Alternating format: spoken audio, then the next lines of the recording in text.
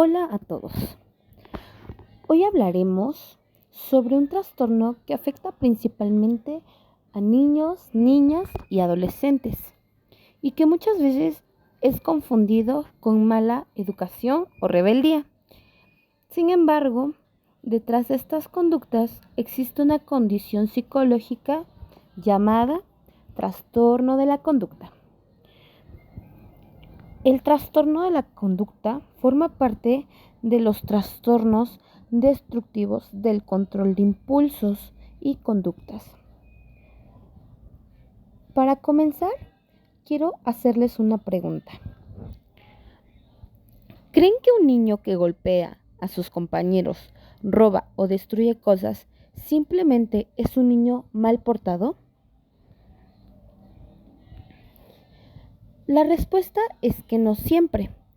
En algunos casos, estas conductas forman parte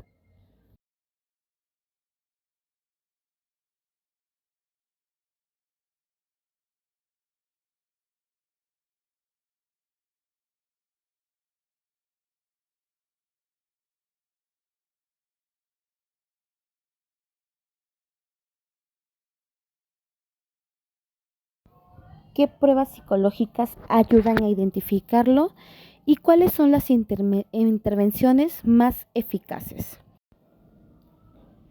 ¿Qué define al trastorno de la conducta?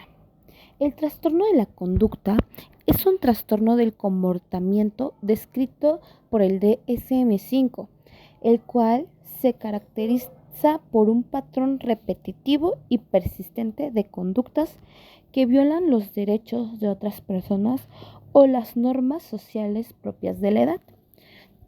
No hablamos de un berrinche ocasional o de una pelea aislada. Para que exista el diagnóstico, estas conductas deben repetirse durante un tiempo prolongado y generar problemas importantes en la escuela, la familia o la comunidad. Con esto nos referimos a que el trastorno de la conducta tiene que violar los derechos de otras personas, como bien lo menciona, o las normas sociales propias de la edad. O sea, conductas que no sean propias de la edad de su crecimiento del niño, niña o adolescente. Y muchas veces esto lo confundimos con que, ay, es que el niño hizo un berrinche, es que el niño es así porque ya nació así, es que el niño golpea porque quiere algo a la fuerza, es que el niño solamente le gusta estar peleando. Cosas que hemos escuchado mucho en las personas que conviven con este cierto tipo de niños. Pero, como bien lo dice, esto se debe de repetir durante un tiempo, prolongando y generar problemas muy importantes, no solamente para el niño, sino en la escuela y la comunidad.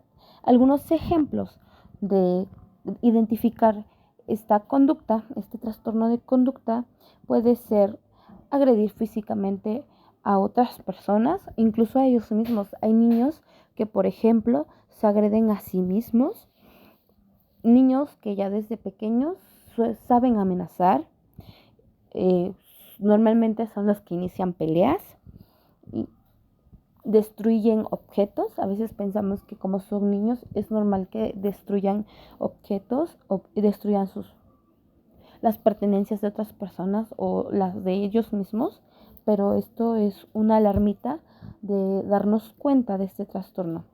El robar, hay niños que por ejemplo desde pequeños ya empiezan que a esconder las cosas, que ven el juguetito de algún otro compañero o de algún primo o familiar y se las esconden o se los quedan y suelen decir como de no, ese es mío, y a veces no los podemos quitar de ahí. Entonces desde ahí hay que empezar a darnos cuenta. El mentir constantemente creo que es muy importante porque hemos visto que se ha normalizado el hecho de que los niños mientan, porque decimos es que es un niño y se quiere salvar, pero hay que darnos cuenta cuando los niños ya mienten constantemente para no tener consecuencias de sus actos. En adolescentes o incluso también en niños pasa que se escapan de casa y a veces decimos, no, es que nada más está haciendo berrinche y después va a regresar, pero no. Hay personas que se escapan constantemente de casa, incluso papás no saben en dónde se juntan sus hijos, a dónde se van cuando se escapan, o no saben ni siquiera que se han escapado. De la escuela, ya sea de casa, también de escuela y de algunos otros lugares. El faltar repetitivamente o repetidamente a la escuela también es un factor importante, porque en la adolescencia pasa que los niños se escapan de la escuela y decimos, es que quiere ir a divertirse, pero a veces ya es tan constante que los propios maestros docentes no están enterados. Vamos a hacer una pequeña dramatización. Esto es para darles un ejemplo claro de cómo es esta conducta, este trastorno de la conducta. Y entonces vamos a imaginarnos que conocemos a un niño que se llama Carlos, ¿sí? Carlos es un adolescente de 14 años. En la escuela, pues golpea a sus compañeros cuando se enoja. Él ha sido suspendido varias veces por romper escritorios, bancas, incluso con los balones rompe los cristales o a veces en casa roba dinero sin que ellos se dan cuenta, pero cuando lo descubren, él miente. Además, se han dado cuenta que ha comenzado a juntarse con un grupo de jóvenes que cometen actos de vandalismo. ¿A qué nos referimos con esto? Que se salen, van a grafitearlo, cosas así. Ahí está la pregunta de, ¿estamos hablando solamente de una rebeldía? Pues no. Cuando estas conductas son persistentes y cumplen con los criterios del DSM-5, podrían indicar un trastorno de la conducta.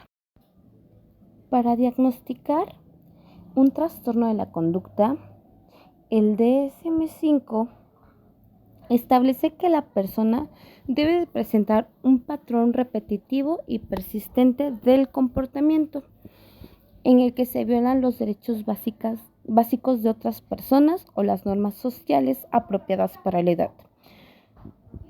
Durante los últimos 12 meses deben presentarse al menos 3 de los siguientes 15 criterios y al menos uno de ellos en los últimos 6 meses. En el grupo A incluye la agresión hacia personas y animales, que esto es la dimensión más grande y disruptiva, manifiesta un profundo déficit de empatía y un impulso descontrolado hacia el dominio forzado del otro.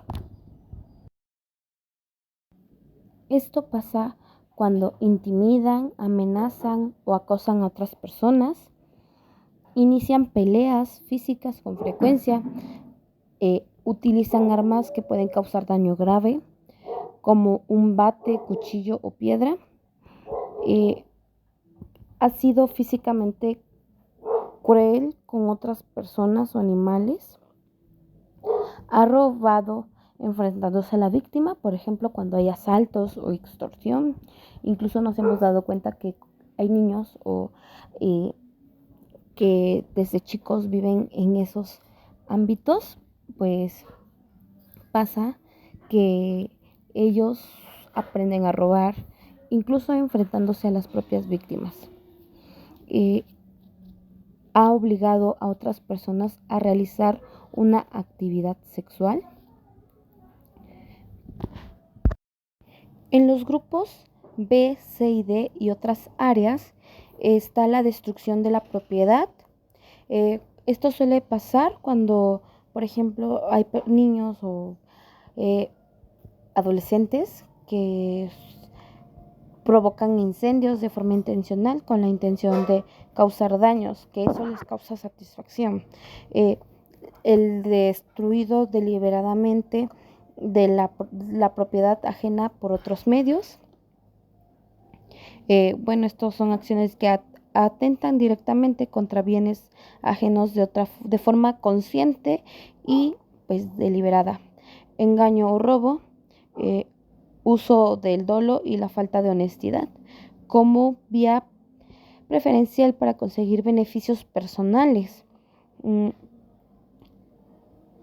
Con esto nos damos cuenta que es el allanamiento de viviendas, eh, de automóviles ajenos de forma ilegal, mentiras sistemáticas para evadir obligaciones de forma instrumental,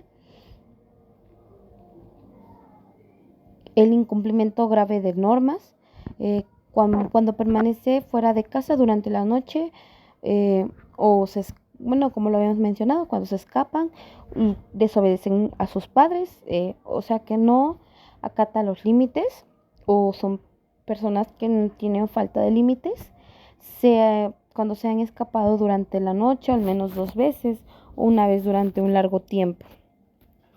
Esto pasa regularmente eh, antes de los 13 años. En el criterio B, estas conductas provocan un deterioro significativo en el funcionamiento social, escolar, familiar y laboral, si es que la persona ya trabaja.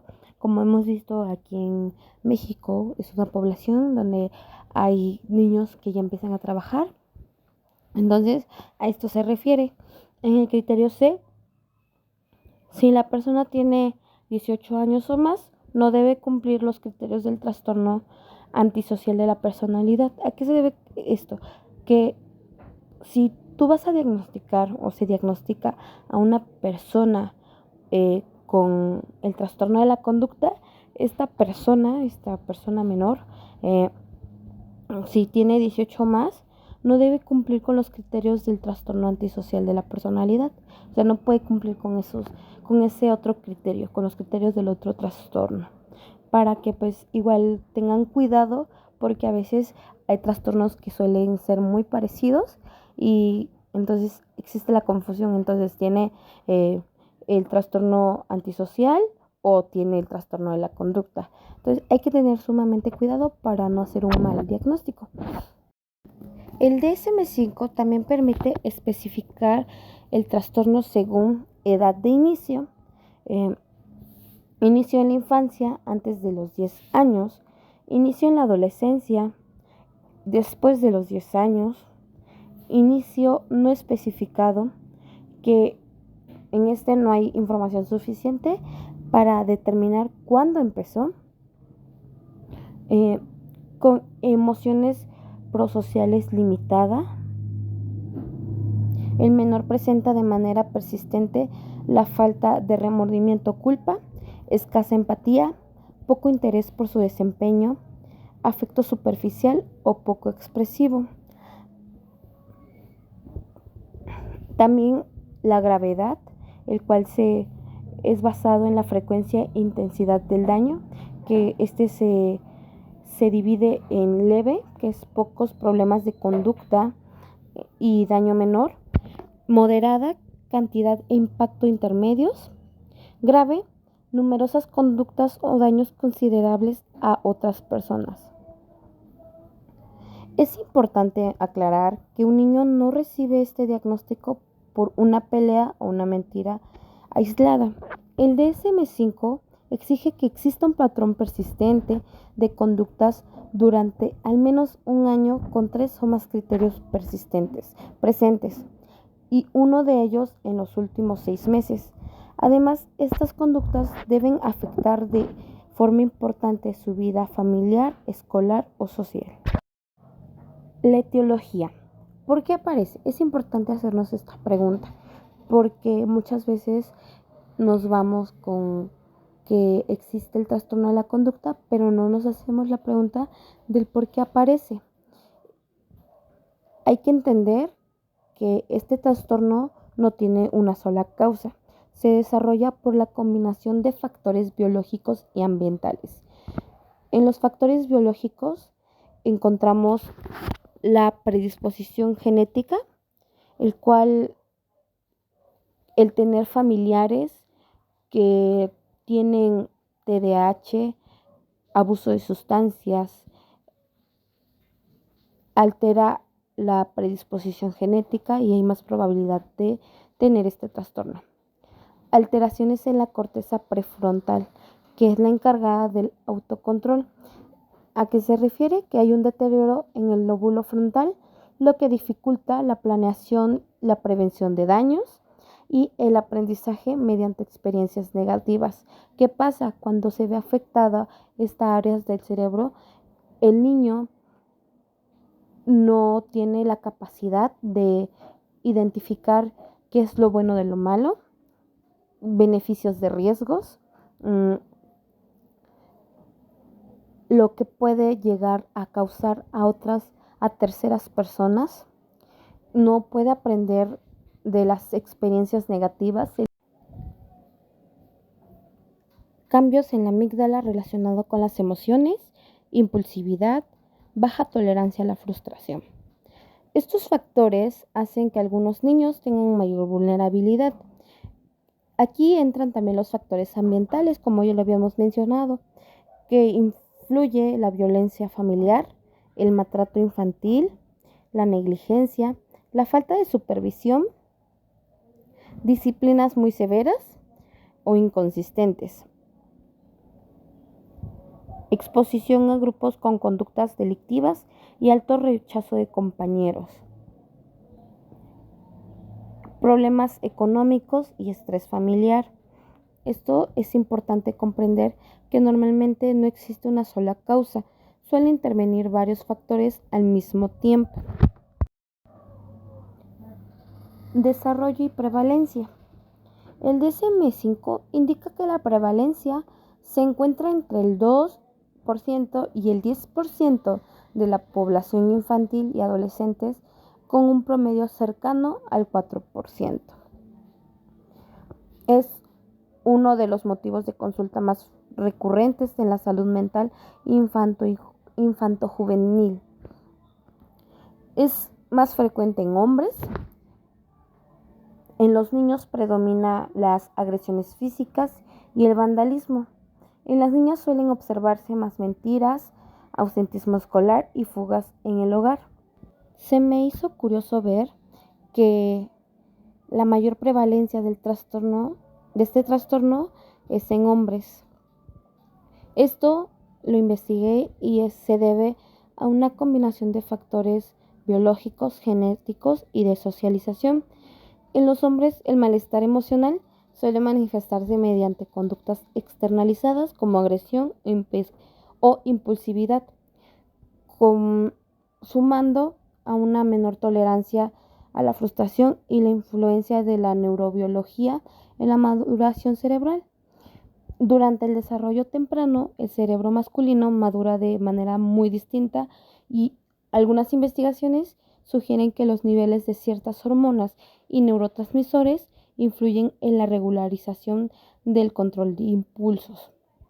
Los estereotipos tradicionales suelen fomentar que los hombres canalicen la frustración o la tristeza a través de conductas de riesgo, irritabilidad y desafío a las normas, a diferencia de las mujeres, quienes suelen internalizar más estos procesos psicológicos. Para diagnosticar, los psicólogos no solamente se pueden basar en observar, sino también en evaluar con otros instrumentos para tener más sustento, como por ejemplo el sistema SENA, el sistema SENA de evaluación de niños y adolescentes es una prueba psicológica que puede ser respondida por el propio niño o adolescente, que esto es un autoinforme, los padres, los profesores. Contiene afirmaciones relacionadas con el comportamiento, las emociones y las relaciones sociales. Ejemplos puede ser: me enojo con facilidad, desobedezco las reglas, peleo con otros niños. Este es un ejemplo. Las respuestas suelen indicar la frecuencia con que ocurre la conducta. Por ejemplo, nunca, algunas veces, muchas veces. ¿Cómo se evalúa? Las respuestas se procesan y generan puntuaciones estandarizadas que se comparan con la población de la misma edad.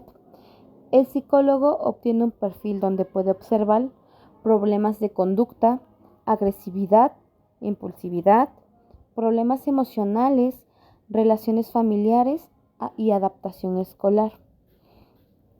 Además, el SENA incluye escalas que pueden ayudar a detectar si las respuestas podrían estar exageradas o minimizadas, lo cual aumenta la confiabilidad de la evaluación. La intervención psicológica con mayor respaldo es la terapia cognitivo-conductual, en el cual el psicólogo ayuda al joven o niño a reconocer las señales físicas de que su ira está escalando: ritmo cardíaco acelerado, mandíbula apretada, son algunos ejemplos antes de que actúe de forma violenta. Muchos de estos jóvenes sufren de un sesgo de atribución hostil. Piensan que las acciones neutrales de los demás son ataques personales. La terapia les enseña a cuestionar estos pensamientos. Mediante ensayos conductuales practican cómo responder ante la provocación, cómo negociar y cómo resolver conflictos sin recurrir a la agresión o al daño.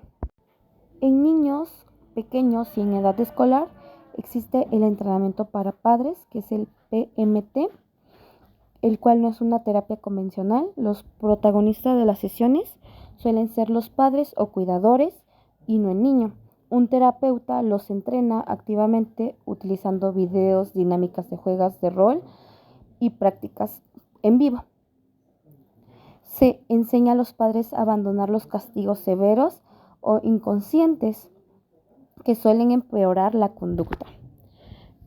Aprenden a dar instrucciones claras, a elogiar y a premiar de manera sistemática los comportamientos prosociales y a utilizar consecuencias predecibles y juntas, como el tiempo fuera o la pérdida de privilegios ante las faltas graves. En niños pequeños y en edad escolar existe la terapia entrenamiento para padres, PMT.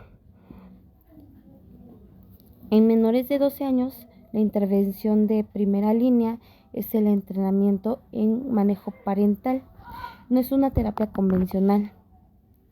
Los protagonistas de las sesiones suelen ser los padres o cuidadores y no el niño. Un terapeuta los entrena activamente para tener una mejor estructura en casa. Se enseña a los padres a abandonar los castigos severos o inconsistentes que suelen empeorar la conducta. Refuerzos positivos que aprenden a dar instrucciones claras, a elogiar y premiar de manera sistemática los comportamientos prosociales y a utilizar consecuencias predecibles y justas, como el tiempo fuera o la pérdida de privilegios ante las faltas graves. En adolescentes, la terapia multisistemática MST existe cuando el trastorno se presenta en la adolescencia, donde ya pueden existir problemas con la ley, absentismo escolar o consumo de sustancias. La intervención más potencial es la terapia multisistemática.